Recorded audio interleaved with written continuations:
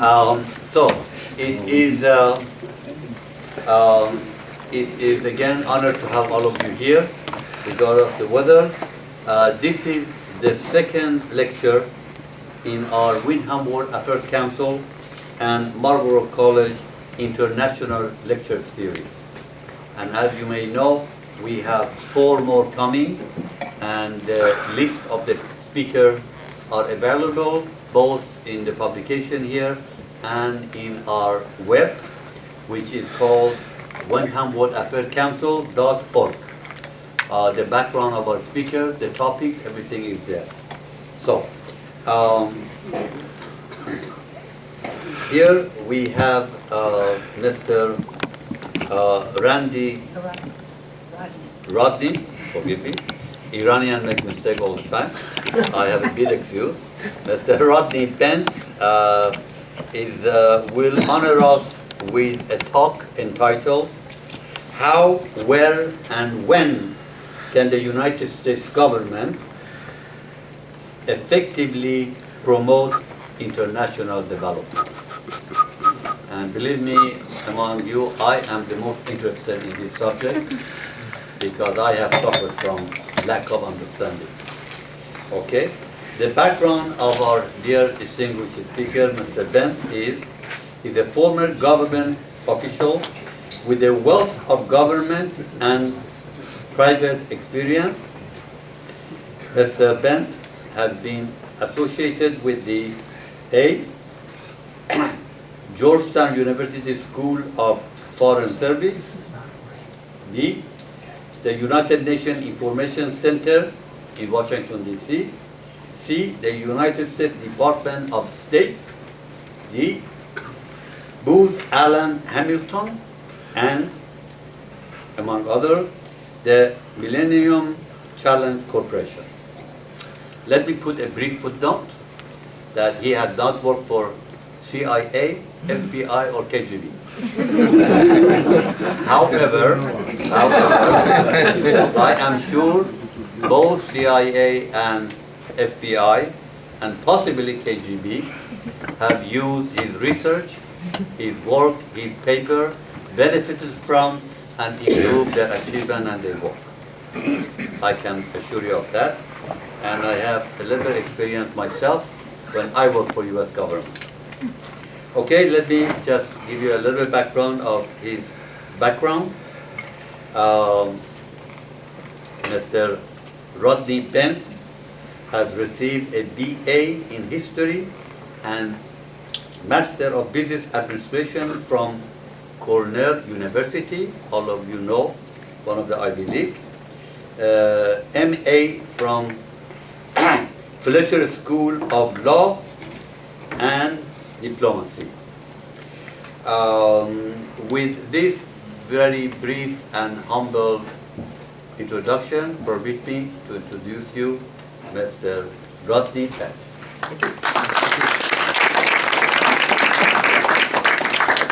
I was tempted to try and say thank you, Isaac, but I knew I'd get the name wrong.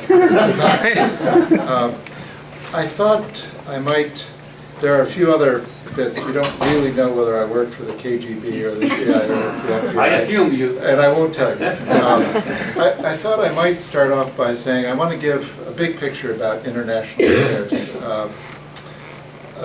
in terms of what might happen under a Trump administration, to use it in a sense as a backdrop for what have we been doing for the last 70, 75 years, really since the end of World War II and Bretton Woods. I thought I'd end up a little bit on the development side, but it seems to me, I've always thought of development and diplomacy as really subsets of international affairs, and so therefore you can't really talk about the one without having a worldview and a perspective on the other. Show of hands, how many people watched President Trump and his non-State of the Union last night? Okay. I'll confess, I can't watch the man, so I didn't. But I thought what I might point out is that there were rumors yesterday among my friends in Washington that the State Department budget was going to be cut by 40% in order to provide funding for more defense spending. And I spent 20 years at the Office of Management and Budget, looking over international spending and trying to make sense of it. So one part of it is that it's really a very small portion of the budget, 1%, but it's actually not a small dollar amount. It's about $37 billion. So when people say it's just 1%, you know, it's less than what Americans spend on potato chips, I say yes, but it's still a lot of potato chips.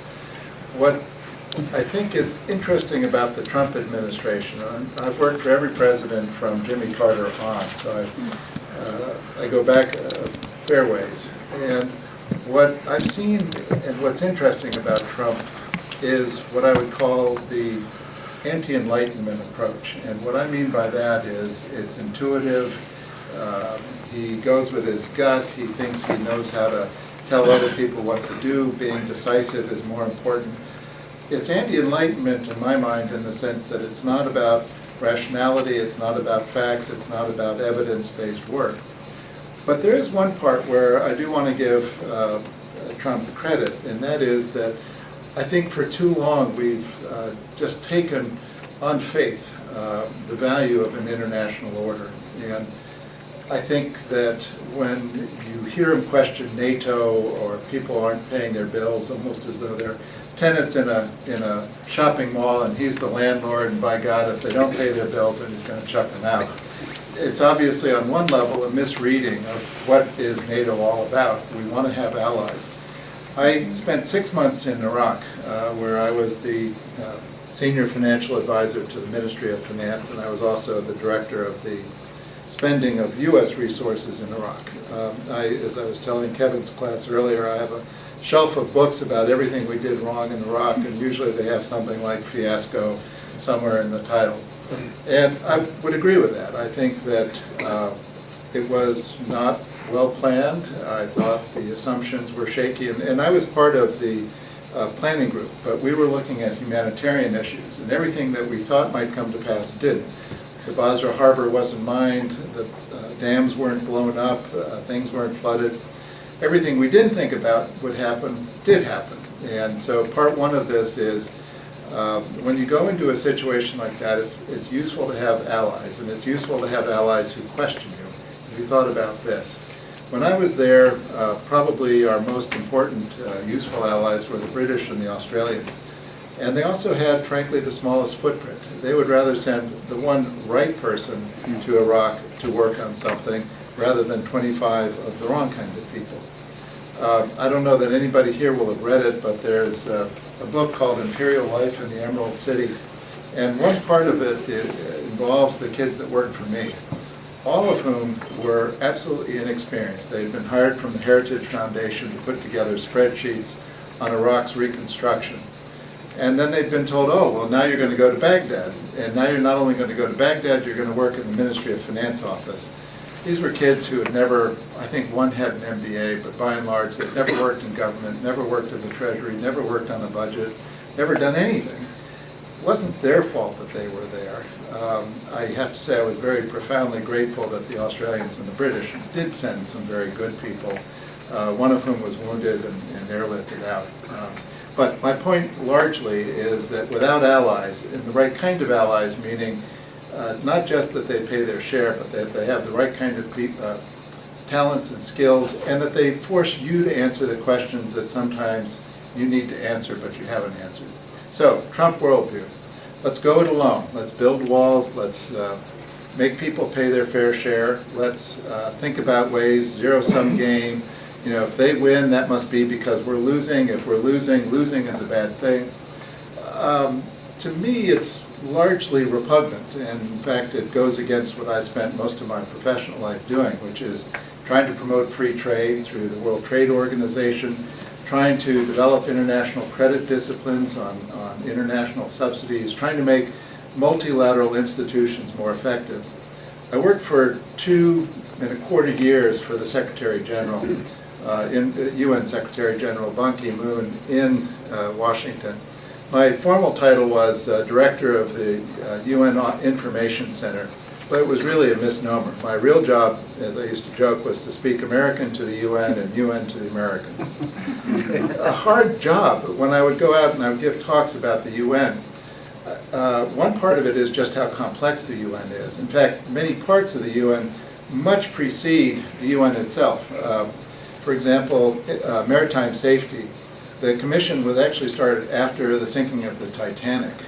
It was folded into the UN Telegraph, the Postal Union. There are a whole group of specialized agencies that are now under the UN rubric that were really founded long before the UN.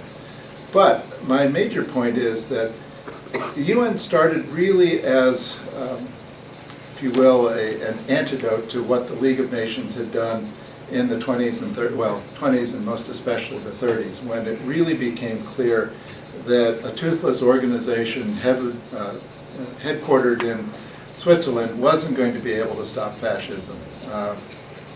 One of my pet hobbies is the Spanish Civil War, which was kind of a precursor to World War II. And in that, you watch the diplomats of France and Germany trying to come to closure. The Locarno Pact and others had outlawed war, but that still didn't stop the rearmament of Germany and Italy. It didn't stop Mussolini from invading Ethiopia. It certainly didn't stop Hitler from any of the invasions, starting from the reoccupation of the Rhineland, to the Saar, to the Sudetenland, to Austria, to the remainder of Czechoslovakia, and then finally September 1st, where all hell breaks loose.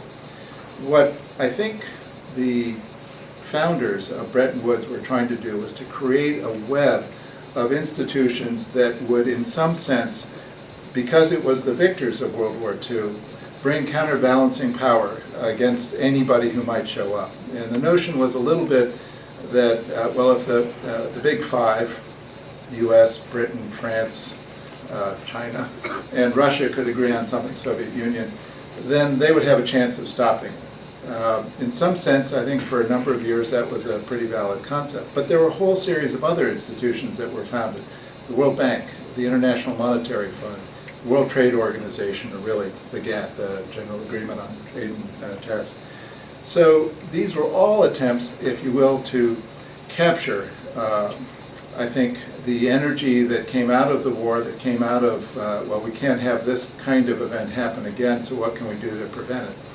All of it was designed, if you will, and frankly, the IMF and the UN were headquartered in the US to make sure that, unlike the Senate's rejection of the League of Nations, that we would stay in these institutions.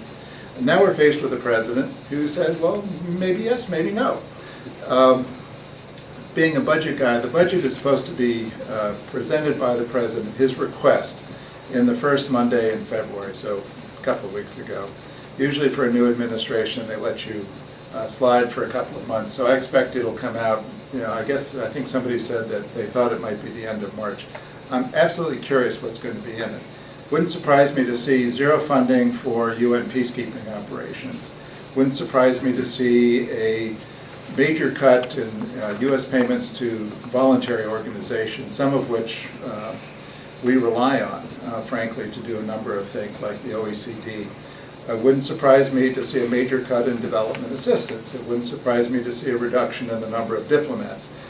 Now, as an old budget guy, I always think, you know, there's the joke about is the glass half full or half empty, and then the engineers look at it and say, well, you have twice as much glass as you need.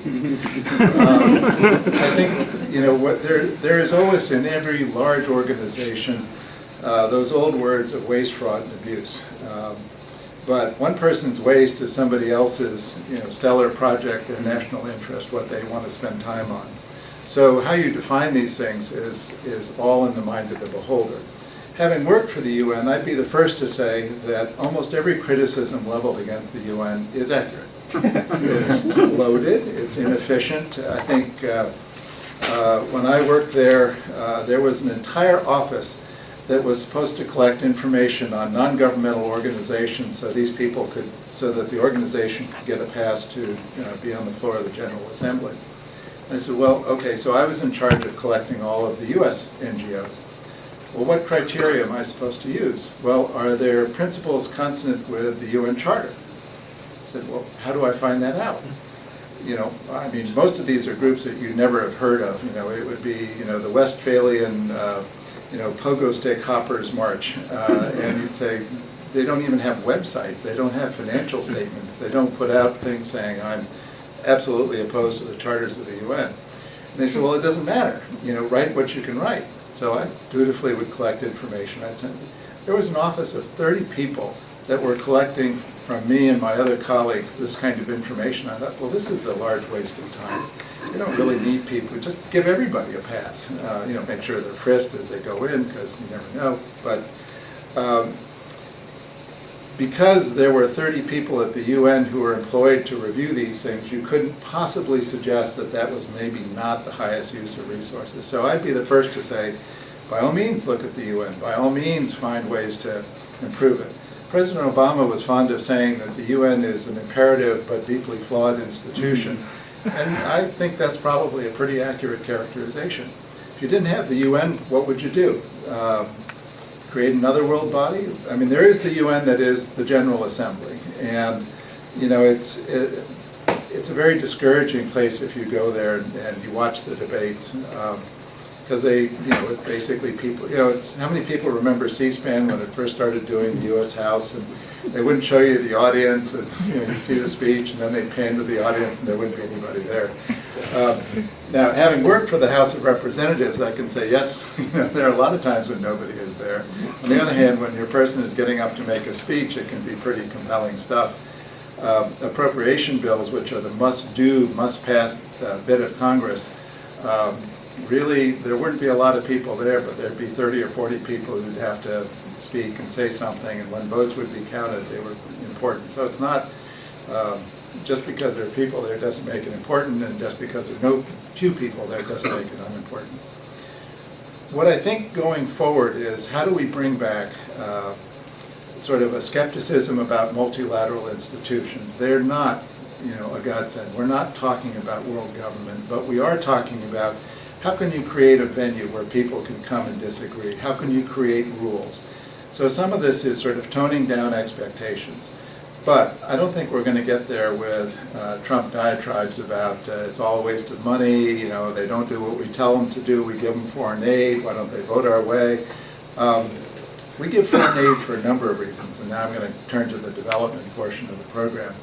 By the way, I'm trying to throw out enough red meat here that we'll actually have a conversation at the end of this. So if you want me to be more provocative, I'll try and think of other things to say, but I'm hoping I'm giving you enough to ask me questions about. I think development assistance, the U.S. has actually been doing it for quite a long time, probably back to the 1820s or early 1800s when I think it was Colombia had a famine and the U.S. sent several shiploads of wheat. So it's not something new. It wasn't invented with the Marshall Plan. After World War I, Herbert Hoover organized major relief for war-torn Russia in terms of feeding. In fact, it only ended really when people began to realize that the Soviet Union was selling some of the wheat that was going.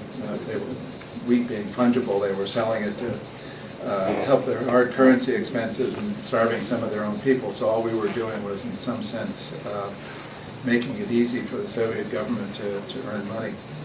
But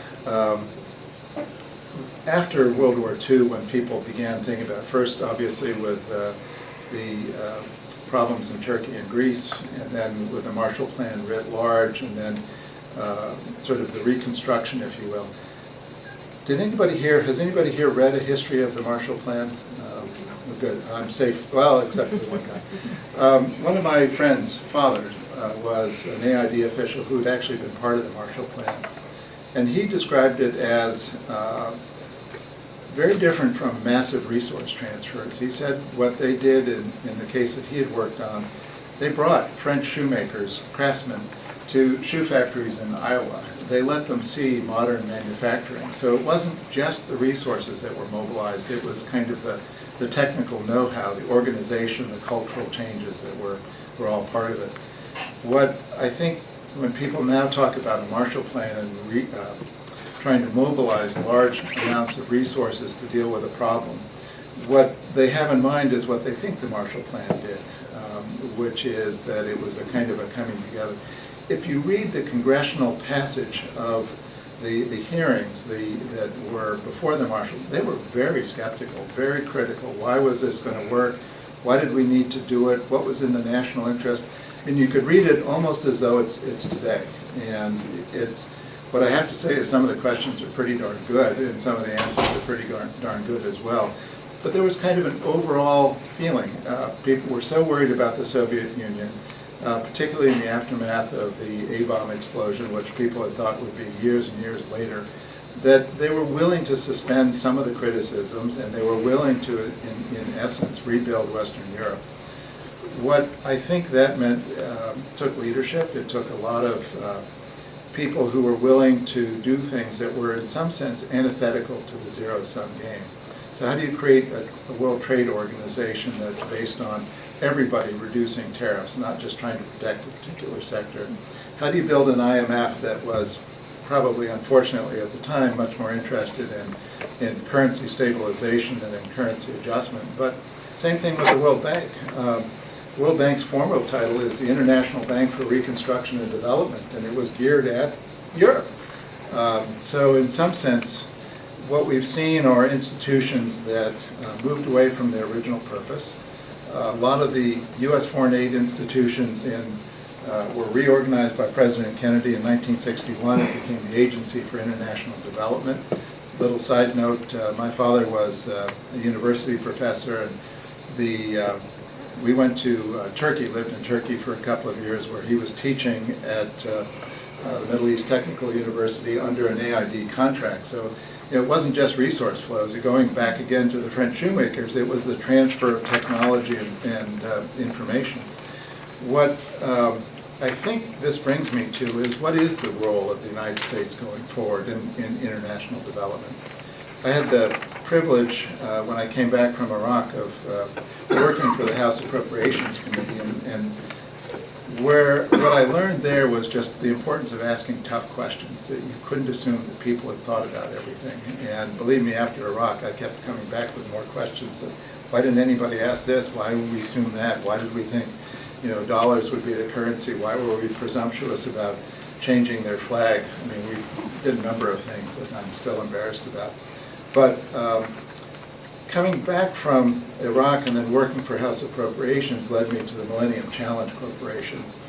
And it was a Bush initiative, I think, to try and recapture not a zero-sum game, but a positive attitudes towards how we could work with other countries in a constructive way. The big mantras were, instead of listening to the country leaders promise to do the right things, whether it was the Philippines or Indonesia or Africa or Central America, it was, did they meet criteria? The criteria came in three baskets.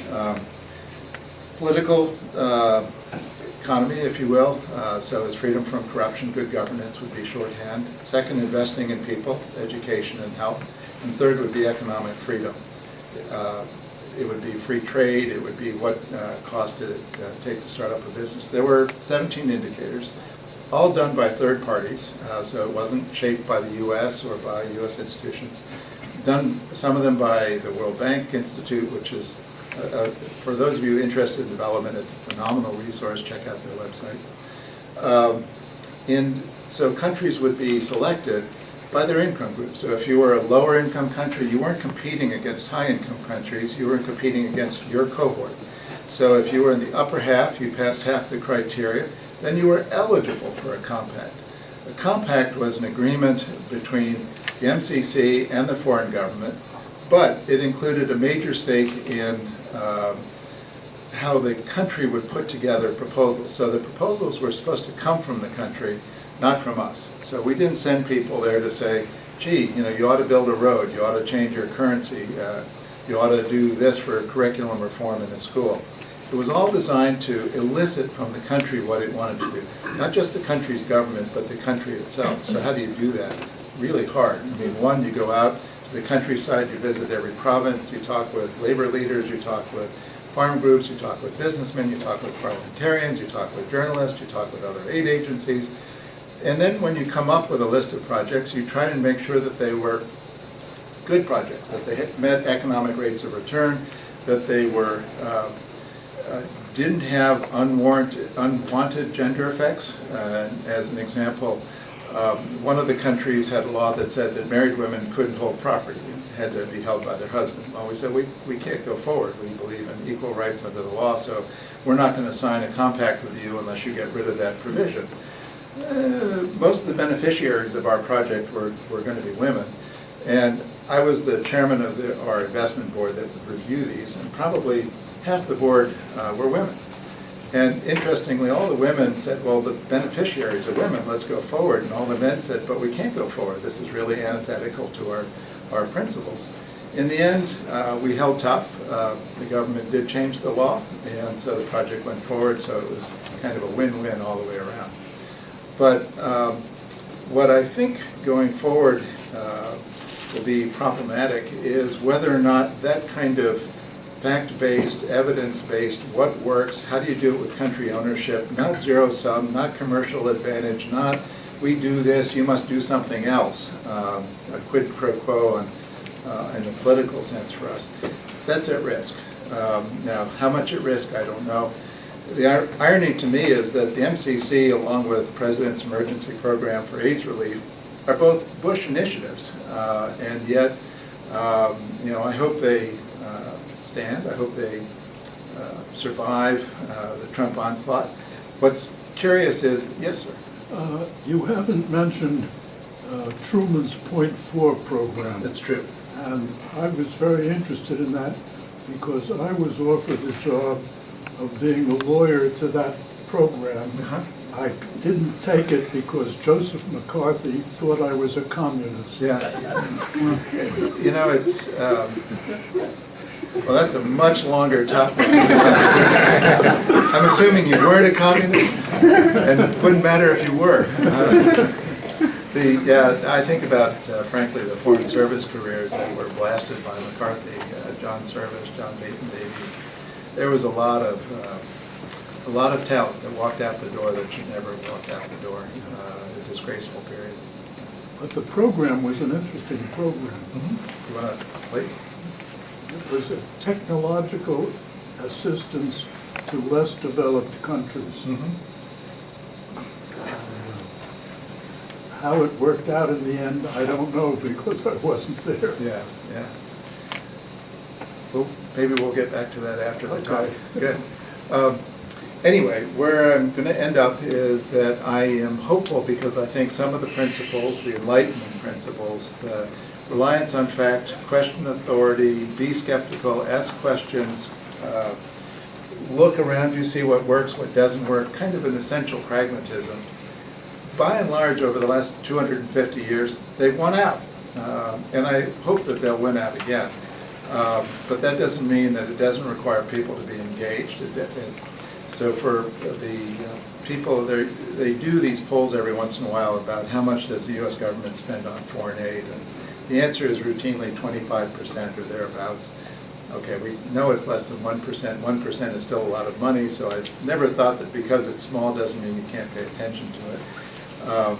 Doesn't mean that you can't improve things. It doesn't mean you can't ask tough questions about either the UN or AID or the MCC or the State Department.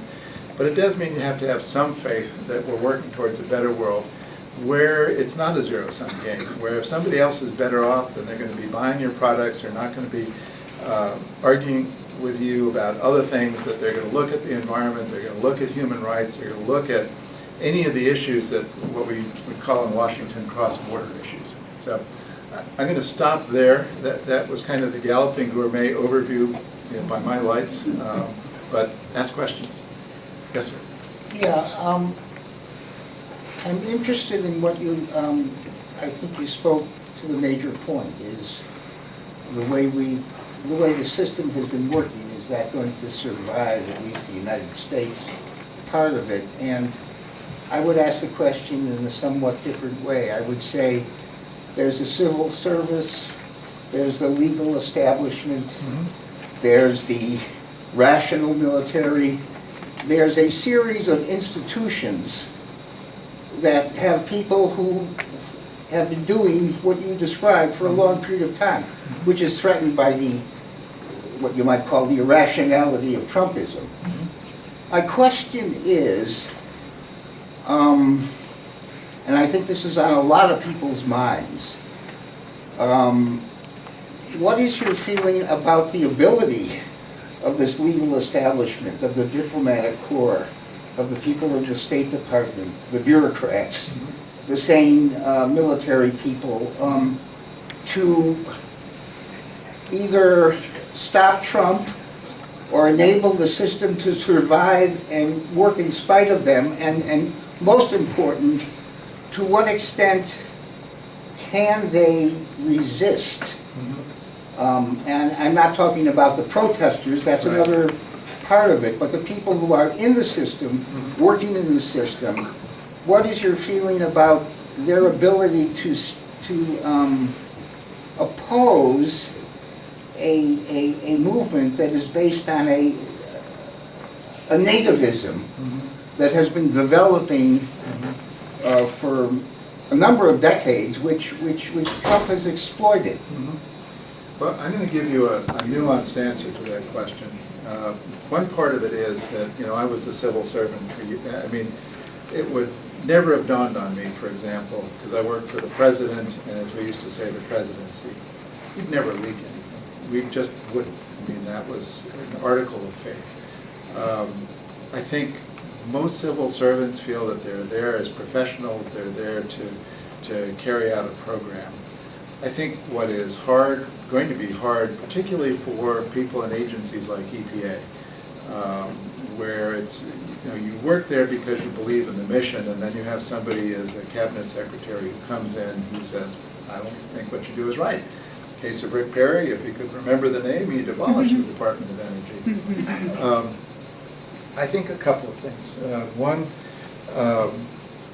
there's a famous story about Eisenhower when talking about Kennedy coming in, and he says Kennedy's coming in and he thinks he's going to order something and it's going to happen, and he said, it'll take 2 or 3 or 4 or 5 times before it happens, if it happens. I think the nuanced part of my answer is that I think there's a deep cadre of professionalism in the civil service. I think that they wouldn't, in and of themselves, want to throw spokes into the wheels. That said, one of the interesting parts about Trump presidency so far is that I reckon there are probably about 8,000 political appointees that have to be appointed. Some of them are in the prune book. The GPO puts out a book, I forget, Policy and Supporting Positions, something like that. And if you look at that, they're not all political positions, but a vast majority are. A huge minority of them are Senate confirmed, presidentially appointed Senate confirmed. One of the interesting things below the sub-cabinet is that when undersecretaries, deputy secretaries, deputy assistant secretaries go for their confirmation hearings, one senator can typically block them. And it can be for any number of reasons. Doesn't like what they put down, he doesn't agree, he wants to hold them hostage for something else. Typically at the cabinet level, only the most vibrant disagreement, like over Betsy DeVos, is going to come out. Below the sub-cabinet level, these thousands of positions have to be vetted. Well, Trump hasn't even nominated people for the vast majority of these things. More to the point, when I worked for Ronald Reagan, you kind of knew where Reagan was on things. You didn't really need to ask somebody above you. You knew free market, strong defense. You could go through the list. And I don't think that's true with Trump. I think everybody would say, oh my God, what's his latest tweet do? Well, we're protecting Social Security. No, we're not. We're doing this. So if you don't know what your boss wants, unlike Reagan, where you could kind of intuit what his likely response would be, or the response of his White House staff, or the political officials, then you stop, you wait. Tell me what you want. And there's nobody to ask. The State Department still doesn't have a deputy secretary. I think they have either 4 or 6 undersecretaries. They have something like 30 assistant secretaries, something like 70 deputy assistant secretaries. There's nobody there. So, what are you going to do? I don't think it's frankly healthy to have a system that is, Bannon talks about the administrative state, and part of me thinks he's got kind of a point. The reason we have political officials is to reflect what they think the voters have told them to do. Now, They say, well, he didn't win the popular vote, he's not my president, you know. And you get the counter, well, he's captain of the ship. I mean, my own view is, well, okay, if it's not illegal and unethical, but if you don't know, you're not going to do anything. So part of me feels like the executive orders he's issued, he didn't vet them, he didn't understand. He could have saved himself, you know, reams of trouble by just sending, you know, some of them over to the Department of State or Department of Justice or ask the Office of Legal Counsel what was going on. He didn't, because he's never worked for an organization he didn't own. He's never worked for an organization that had units that you didn't know what they did. I mean, his management style is kind of chaos and kind of pit this group against that group, have 10 people, you know, go into a dark room with knives, whoever comes out wins. That ain't the government. That isn't any large, effective organization that I've ever known. So, long answer, but I hope it explains it. Yes, ma'am. So in development aspects, I'm wondering, I think in the past we've realized that like the World Bank and the IMF reforms with SAPs haven't worked. Yeah. So I'm wondering really regarding these, what is the future of aid going to developing countries from these organizations? Are we going to focus on like structural reforms again? Or are we going to really try to not focus mainly on economic growth and liberal economic policies, but really try to work from the bottom up? If I'm going to restate your question, you tell me if Okay. I've got any part of it wrong. That institutions like the IMF and the World Bank were created for certain purposes. They, in some sense, what happens to them going forward? But you had more nuance. Give me more nuance there. I've studied a lot of development in sub-Saharan Africa. So I know a lot of SAP, the structural adjustments haven't really worked in those countries. Programs by the World Bank and the IMF. Yeah. So I'm concerned more with what is, and I think that we kind of come to an understanding that the U.S. policies have played a very big role in the IMF, in the World Bank. Yeah. So what kind of do we think the future of that is going to be now? Okay. So the U.S. has played a major role in structural adjustment programs for the bank and the fund. The programs haven't really worked. What's next? Yeah. I think, you know, what you're seeing is Chinese have created their own equivalent of a development bank in some measure. I think what used to be called the Washington Consensus, which I would call reliance on free markets, countries should do what we want them to do. I'm not sure it hasn't so much worked as is it appropriate for the situation that we're in now. I think for both the IMF and the World Bank, there really is kind of what are we about? The IMF was set up in a world where you had fixed exchange rates and you were going to equilibrate. You created artificial currencies.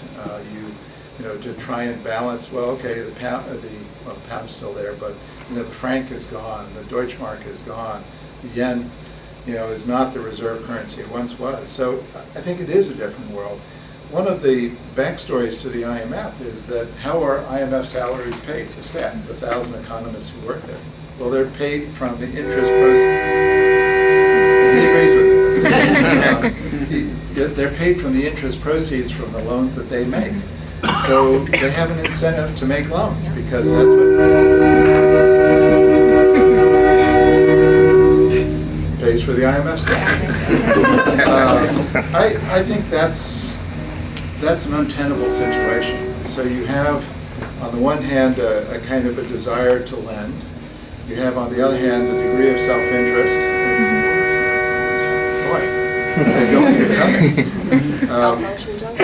I think that in some measure, there is, what is the reason for an IMF that once upon a time was largely fixed exchange rates, managing currency flows, capital flows between developed countries, now mostly dealing with low-income, lower middle-income countries. I think there is a valuable component of what the IMF does, which yes, ma'am.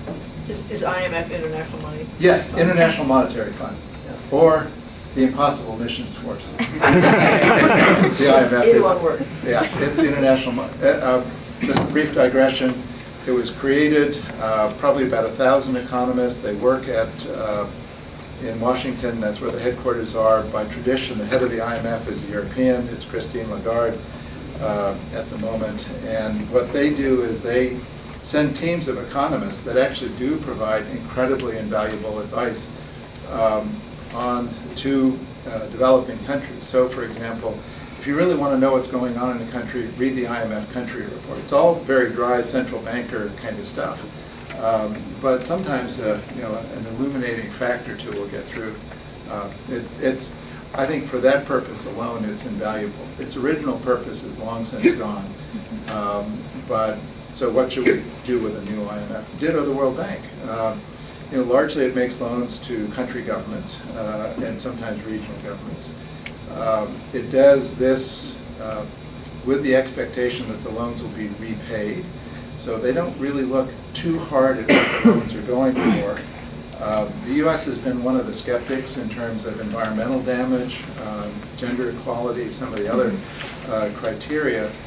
I wouldn't so much say that structural adjustment programs have failed as that they really weren't either robust enough to deal with the problems that were there, or much more importantly, they didn't really have buy-in from the country itself, in which case they won't work. It's like going to the bank.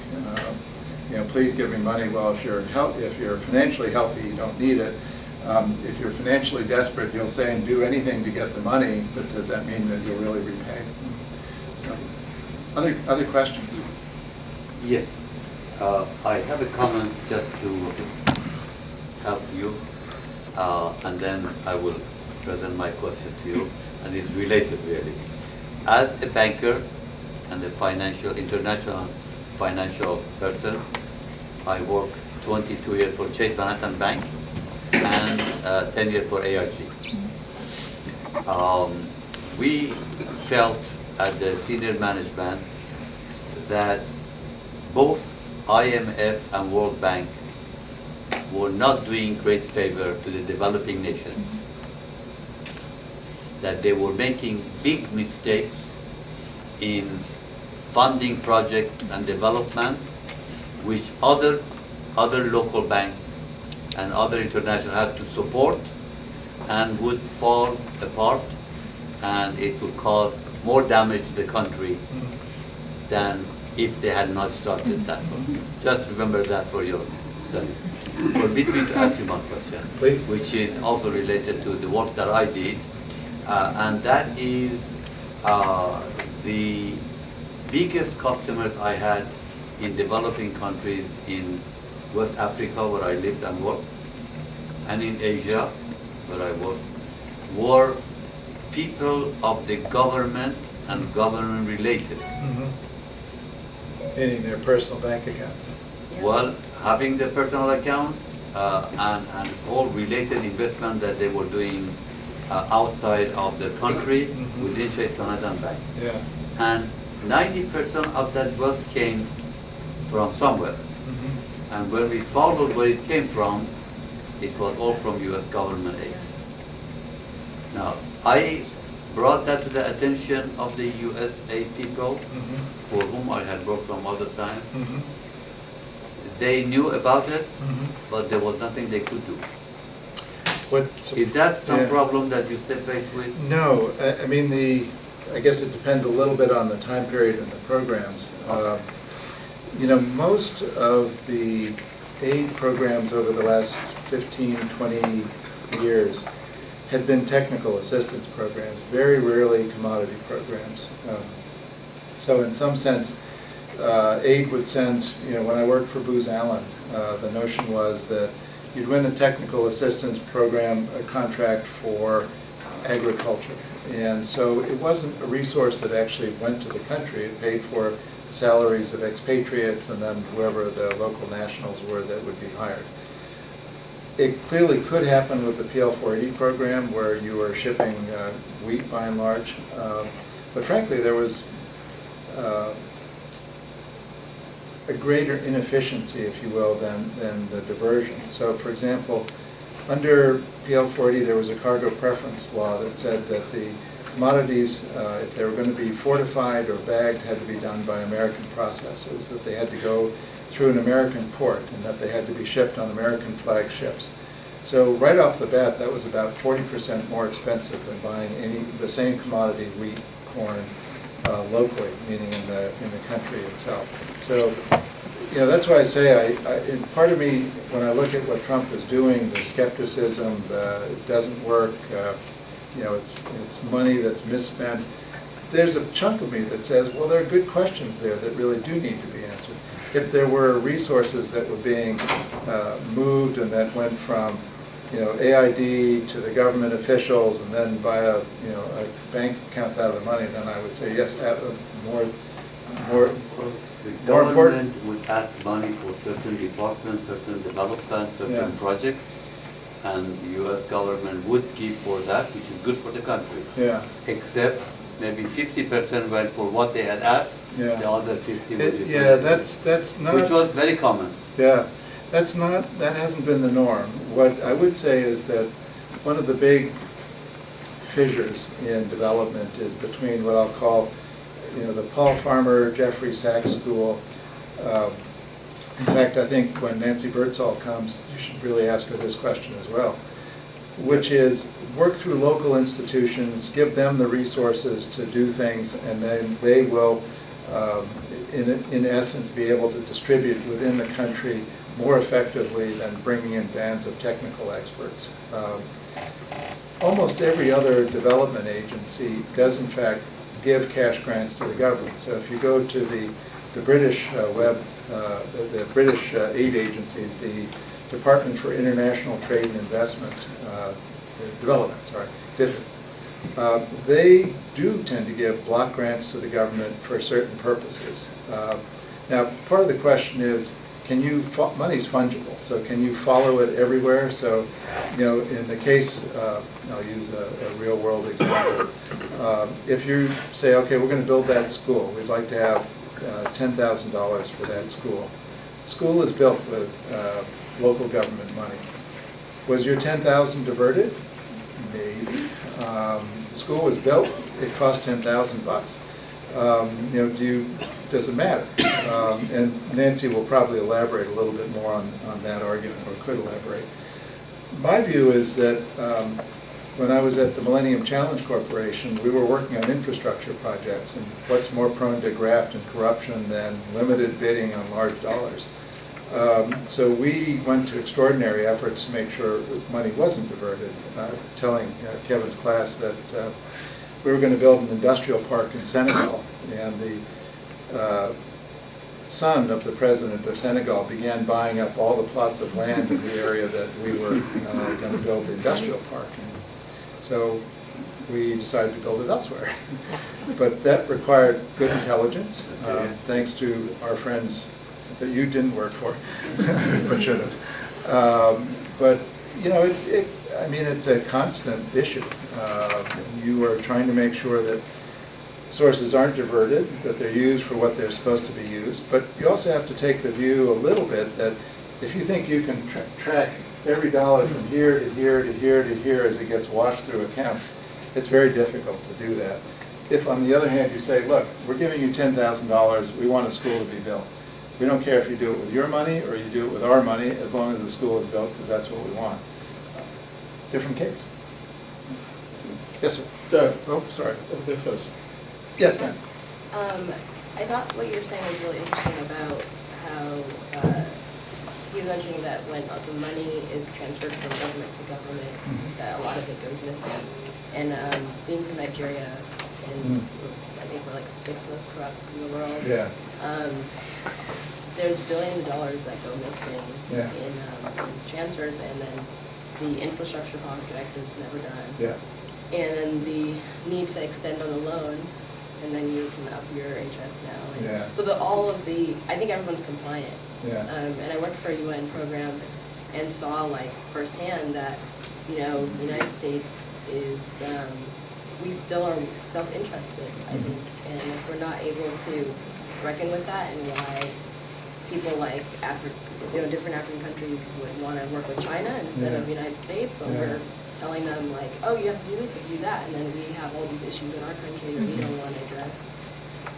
So I think it's like they're tired of the patronizing attitudes of the United States, Right. and they're going to, you know, other global south and developing emerging economies that have had similar, like, you know, similar outcomes and are done with the United States as well. So I think that it's like, there's been rising tensions for a very long time, and a lot of people Yeah, were really disinterested in the WTO because it wasn't really working out for yeah. people the way they thought it Repeat the was. question. Yes, I will. Consolidated. Yeah, I think, and again, if I missed something. Sorry. Coming from Nigeria, which has enormous oil wealth, but so much of it has been siphoned off. One part of it is sort of that and corruption. The other part is that so much of Western assistance has come with kind of hectoring, thou shalt not, that Chinese investment in sub-Saharan Africa has skyrocketed. And a lot of countries like it because the Chinese come in and they say, hey, you want a railroad, you want a stadium, you want a road, we'll build it. It's no lectures about human rights, no lectures about this, no lectures about that, no foreign debt.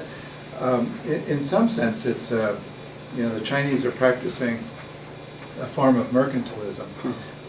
When I was in Namibia, it was very interesting because the Namibian government been importuned by the Chinese, offered essentially to the president been offered, we'll build you a nice presidential palace for free. Why? Well, in two reasons. I mean, one part is clearly to get influence. And China is always looking for sort of how can we be more influential. But with that kind of comes, Chinese would like to do a lot of investment in Africa. They would like to extract commodities. They would like to buy farmland. Just like the United States. Sorry? Like, they're competing like against the United States Yeah. to do the same thing though. It's Yeah. like the resources, it's a war for resources and Right. basically like whoever gets there first. Well, but the other interesting part was, the story I was going to say about Namibia is that Namibians were very skeptic because they said the Chinese construction's a little bit shoddy and the Chinese want to use their own workers. They don't want to use Namibians. And we would like Namibians to be able to do this. So it's kind of a mixed bag. I think probably it depends country by country. In one sense, I do understand. It gets tired of being patronized all the time. Having the U.S. ambassador here is here to tell you, to complain about your treatment of fill in the blank. It's. If the Swedish ambassador came to the United States and said, we really find it reprehensible that you're doing this and this and this, and this person was killed, and the two Indian engineers were killed in a bar in Iowa. We think that's a human rights violation. It would grate. It might be true, but it would grate. And I think one reason I like the Millenium Challenge so much is we didn't do that. We were the carrot approach.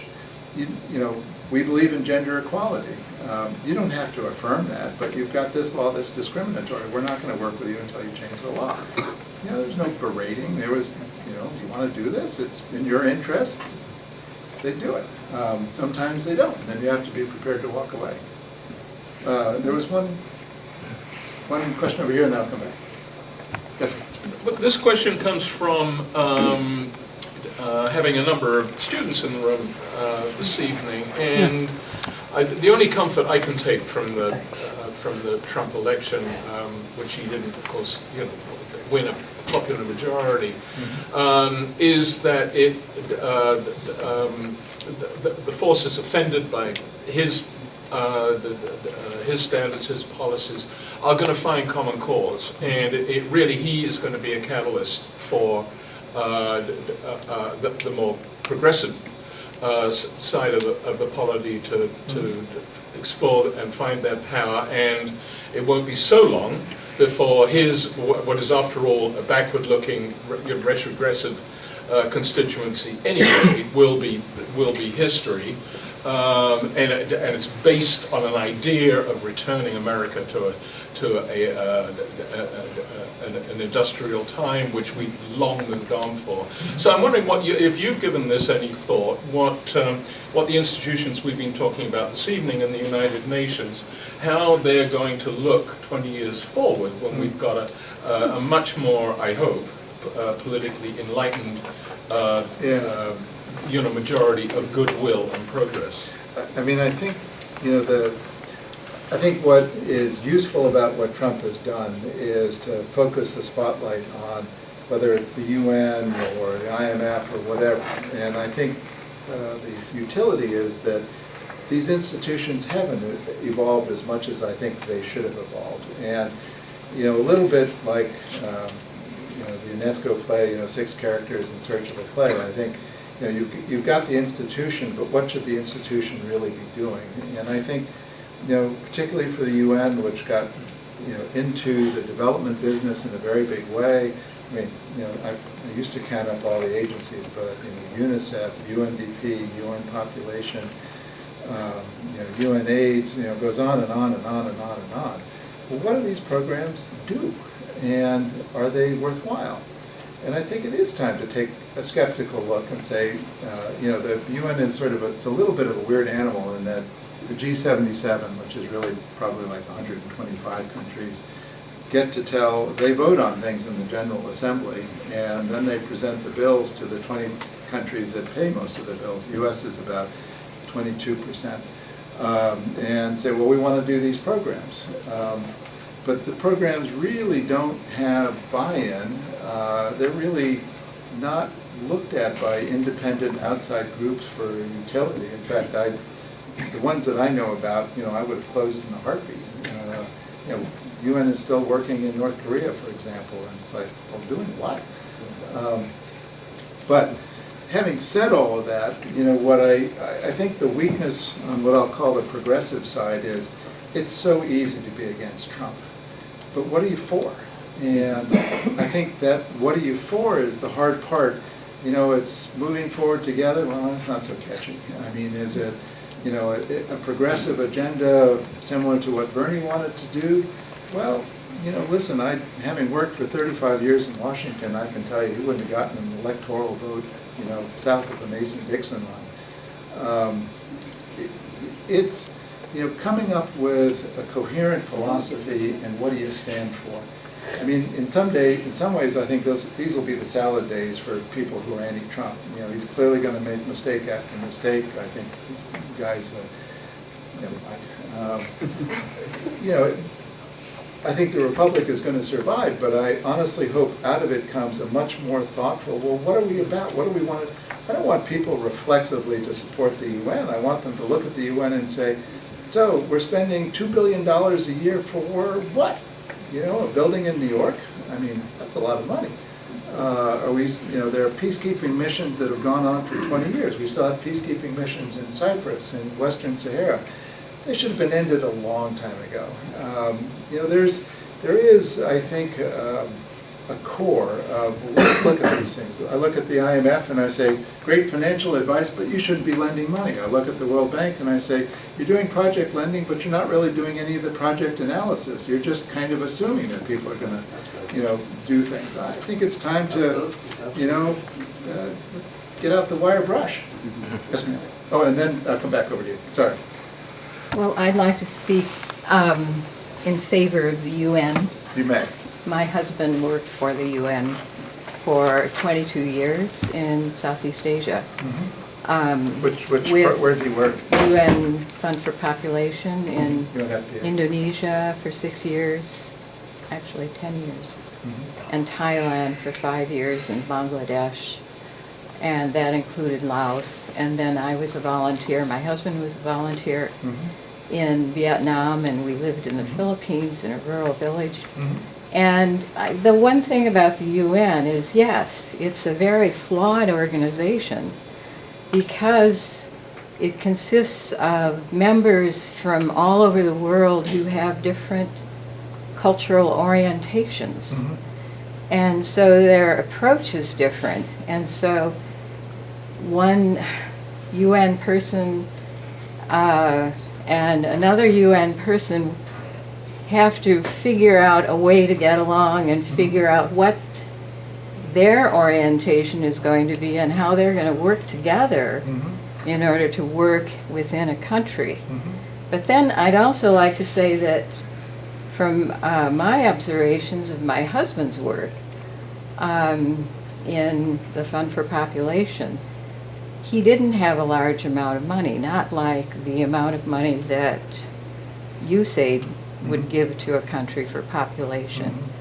So what he did was he would go to the government, which included doctors, and say, what do you want to do? And they would set up proposals for pilot projects.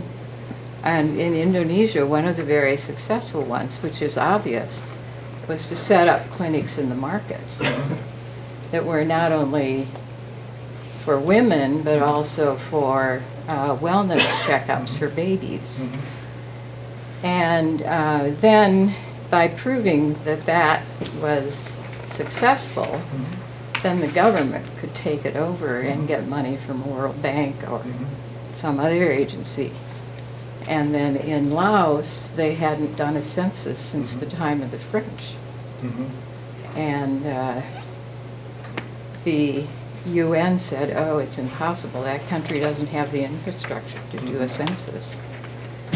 But they wanted it so badly that they were able to figure out how to do it by using ballots and just hand counting, tallying. So I think there are so many ways that you can talk about successful programs and successes of the UN. You can also bash it. But you've got to remember that the UN is composed of so many different nationalities, with so many different orientations, that it's just amazing that it can succeed in anything. I know. Well, and I do want to get to your question.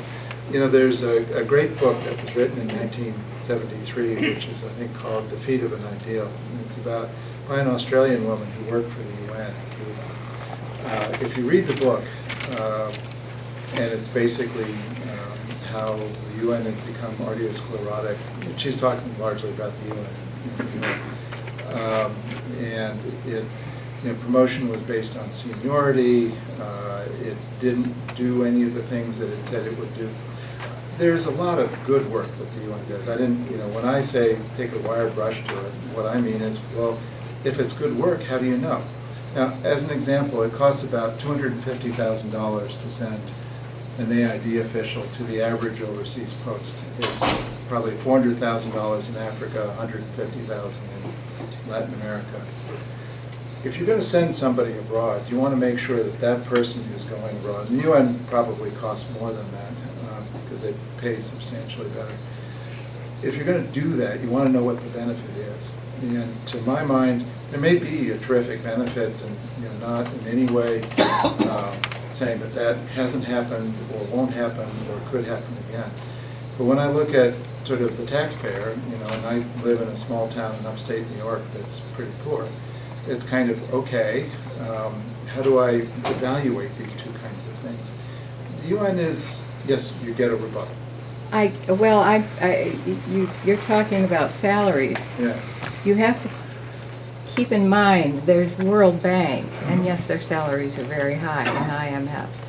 And then there are the UN agencies, and their salaries are not high. Ma'am, I'm going to honestly say the World Bank has the highest IMF. Not in comparison to USAID. The average, I know because I was paid by the UN, the average UN salary is about... You were paid in New York City. No, I was paid in Washington. Oh, okay. We're not talking about UN employees who are working overseas. No, possibly. Well, the UN has a very high pay scale. Part of the problem with the UN is that it doesn't attract Europeans, and it attracts a very large number of folks from, well-educated folks from basically Africa and the Middle East. And so pay scale... South Asia. And South Asia, yeah. The Philippines. Well, in Pakistan and India, Bangladesh. On average, the UN salaries are tax exempt. And so, a D1, which is sort of a director level position, not the top, and they have P positions, but a D1 makes about $180,000 a year tax-free.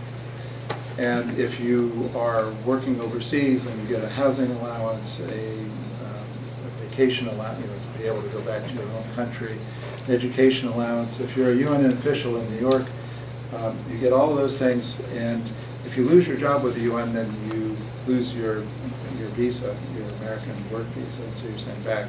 So part of the problem, this is more a Washington or a New York problem, is that therefore people never want to change. So Ban Ki-moon came in with a whole agenda of reform.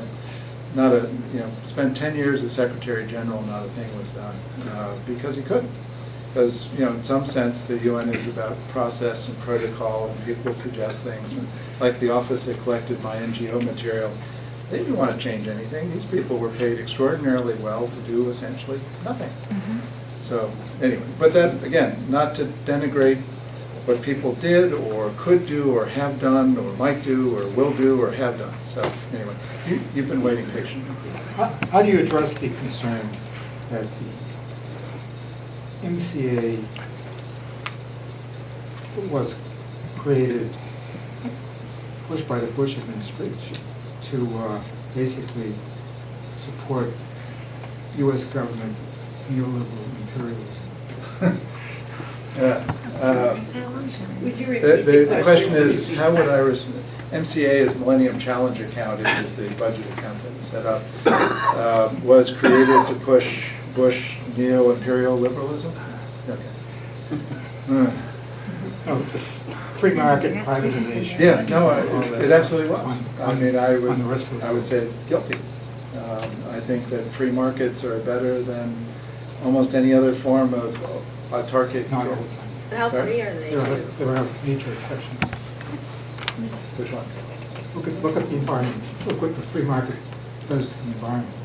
Look what the free market does to common areas like the ocean.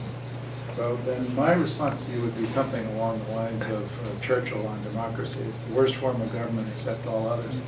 That's not a good answer. Well, I There's mean, nothing better. Well, there is something better. Well- There is something better. Socialism is better, actually. No, see, I think- Not state socialism. The socialism that is democratized at the workplace. This is- That is better than that. I mean, honestly, I've seen socialism, it does not work. Well, you're referring to state socialism, Yeah, no, state capitalism. No, you're absolutely right. At the cooperative level, socialism works That's- exceedingly well. Yeah, well, that's different. I mean, I'm a member of several co-ops. Well, another people here, please. Right. So, now, I didn't have a question until the last couple of exchanges, and the question I have is, you're talking about a wire brush and examining.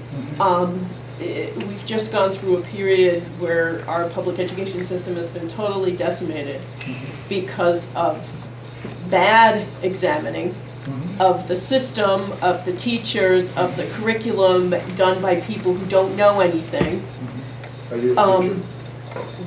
I am, but that doesn't matter. I mean, it's sort of, this is the analysis that has come from a lot of people, that the Common Core, the No Child Left Behind, the testing, the way that they're analyzing success in schools is flawed.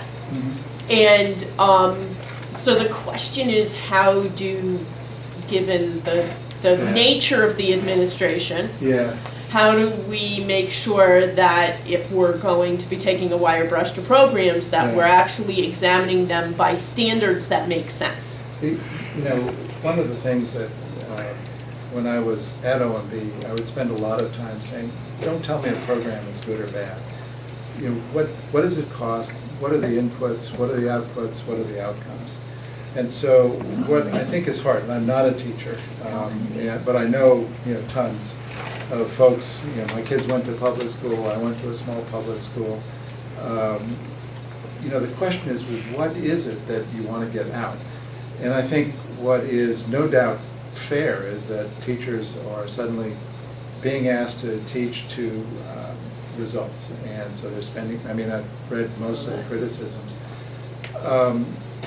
I think on one level, teachers are probably in most cases, certainly in upstate New York, incredibly underpaid. That's why, coming back to the UN, it's like, whoa. I mean, somebody who's got, an impact is making, $30,000 or $32,000 a year.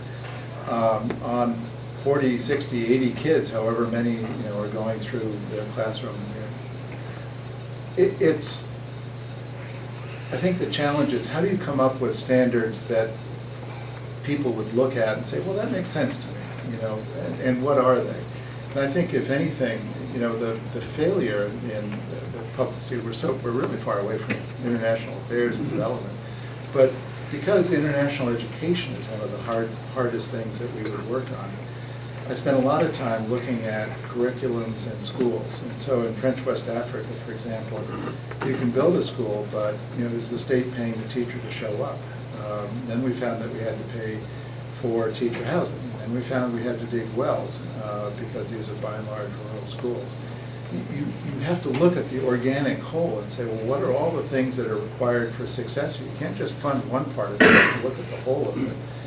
And then you get to look at sort of, well, how much does it cost to do it? And then when you look at the all-in real costs, and then you look at the all-in real benefits, then you can have a much different discussion. I began talking about Trump as the anti-enlightenment.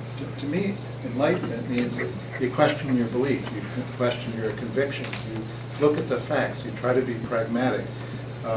If you stand for something, every once in a while you need to look at it, sort of say, okay, is that right? I mean, I've been asserting this all my life, but maybe I'm wrong, so what if I am?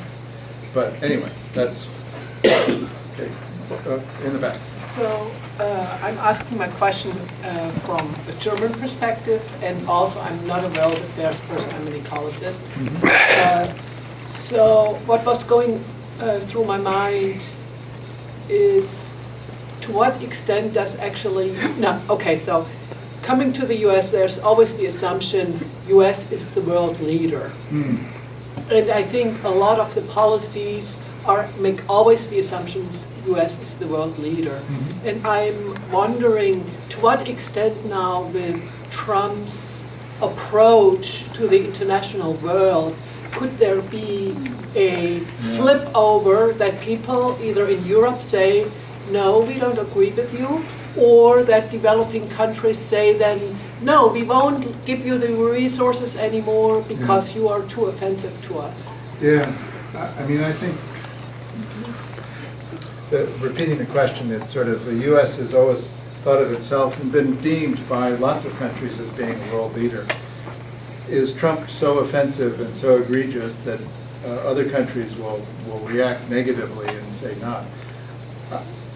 I've never liked the American exceptionalism argument that we're number one because it's not true, frankly. I think, whether you look at high school student scores or whether you look at other things, we've got a lot of improvement to do. Where I do think we're different is that we're obviously the biggest nuclear armed superpower left. I think that people do want to know where we're coming out. I do think whether it's NATO or the European Union, we have these deeply vested interests in promoting common values. And so that doesn't mean coming back to the UN that, it's like do it my way or the highway. I mean, I've seen a lot of really talented American diplomats who say, well, here's a nuance here. We might try this, or let's go that way. I do think that it's going to cause a lot of people, the Trump presidency, to re-examine, okay, they're saying this, what do I really think? Does that make sense to me? When I was in Baghdad, I had, we've got delegations of everybody coming through. Hillary Clinton came through twice, Jack Reed a couple of times. Pat Leahy probably did, I don't remember him.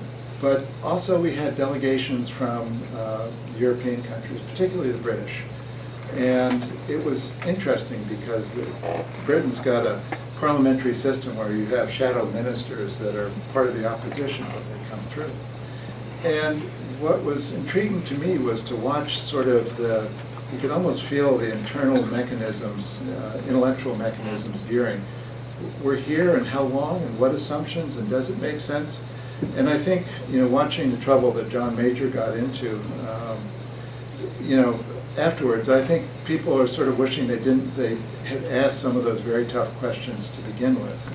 I wish they'd asked them. It would have been, more useful, frankly, for us. It might have caused people to say, oh, wait, the Brits are, they're not sure about this. And Spaniards, Poles, Australians, others who were part of the coalition. Yes, sir. So, the current administration seems to be very much, as he said, I'm President of the United States, not President of the world. Very much not a globalist in looking at things. Looking in your crystal ball, I'm shining it. Almost done. Repeat the What do question. you think 4 years from now the world order will look like? The question is, 4 years from now, what will the world look like? World order. Well, I'll give you, I'm an optimist. And, one part of me thinks that, part of the resilience of American democracy is how decentralized it is. And so, I do some work for the town that I live in on their budget, which is why I'm sensitive to schools. There are so many different power centers here in the United States. When we were in Baghdad, almost everybody, every Iraqi was paid by the government. They either got a food basket or they were, part of the civil service. And the civil service included every teacher, every nurse, every doctor, every railroad employee, every oil ministry employee, everybody. There wasn't really a private sector to speak of. So, we're way at the other end of the spectrum. I mean, we have so many different power centers. I mean, it's, whether it's Brattleboro in Vermont or Washington, they're just different. We have different institutions. We have the courts. First time in my life I gave money to the ACLU just because I thought, well, I want to make sure that there are countervailing forces here. I think the press is certainly up there as being hugely important. One of my friends, neighbor friends really, he said, we in the press, he works for an organization you would have heard of, but not a print media. And he said, we just didn't quite know how to react. I mean, any one of these stories, would have killed any other candidate. No tax releases, multiple bankruptcies, forget the personal behavior. He said, so we were just kind of stunned. He said, I could have had 20 people chasing down each of these things. Well, I think the news organizations are saying, okay, we got taken aback a little bit, but we're not going to give them a free pass. So you read the Washington Post, and how many Pinocchios, do you give Trump speeches or Sean Spicer? I think that's totally healthy. I think the energy ginned up by the anti-Trump protests. I mean, probably there weren't enough buses to take all the people from Ithaca who wanted to go, and there were still 5,000 people who protested in Ithaca. So it's there's a lot of energy out there. I think that's all good. People have been going to town. My congressman's a Republican. He held 4 town meetings about as far away as you could get from Ithaca in small towns, and they still got 400 people to show up and say, we want Trump's tax returns, don't repeal Obamacare. There's a lot of energy out there. Well, write it. So, okay, last question. It seems like the effect of the IMF giving out loans to these developing countries is that they end up falling too far into debt and then have to introduce their natural resources to the world market to sort of, and you talk about inputs and outputs and what are the effects of the aid that we're giving, and talk about free trade as a main component trying to promote free trade. I mean, I just don't understand how, if you're talking about genuine foreign aid and trying to help other countries, how actually free trade could be a component of that, when it seems like, for example, loans that are given by the IMF end up putting these countries in debt, and they have to end up selling all of their natural resources, and they don't get them. Let me see if I can rephrase the question. Yeah. So the IMF lends to countries then have to export commodities in order to repay the IMF. They get further into debt, and it's a vicious cycle. I think the IMF lends under a variety of criteria, but mostly it's about is it sustainable? There's been the world debt crisis was so long in the making, but frankly it wasn't just the IMF. In fact, it wasn't even primarily the IMF. It was certainly the World Bank, it was certainly, most aid programs up until about 20 years ago were loans, low interest rate loans, and they'd be rescheduled to go to the Paris Club.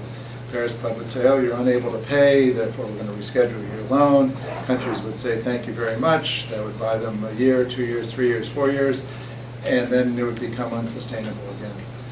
I distinguish between that and when I say free trade, what I mean is really free trade, in which countries export, but they can import, that there's not, you're not exploiting a country through free trade. I mean, I look at sort of our trade with Canada and Mexico under NAFTA, and Trump wants to build a wall, and I'm saying, okay, well, who are the beneficiaries of free trade? Huge number of American service industries. I mean, what do we import from Mexico? Oil, avocados, fresh fruit, and component parts that go into automobiles and other things. And Apple workers. Sorry? And Apple workers. And Apple work, well, yeah, labor, sure. My uncle was a peach farmer in Colorado, and so I grew up knowing, that those peaches wouldn't get picked if it weren't for people who came from Mexico. Anyway, long story short, I think there's the exploitation angle, which is real and I think needs to be dealt with, and then there's sort of the free trade angle, and then there's the debt angle, and I'd want to unscramble that spaghetti. Let us thank him.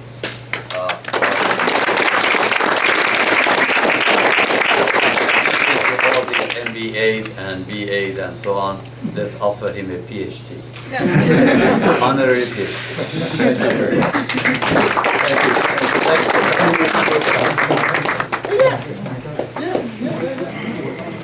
Okay, yeah.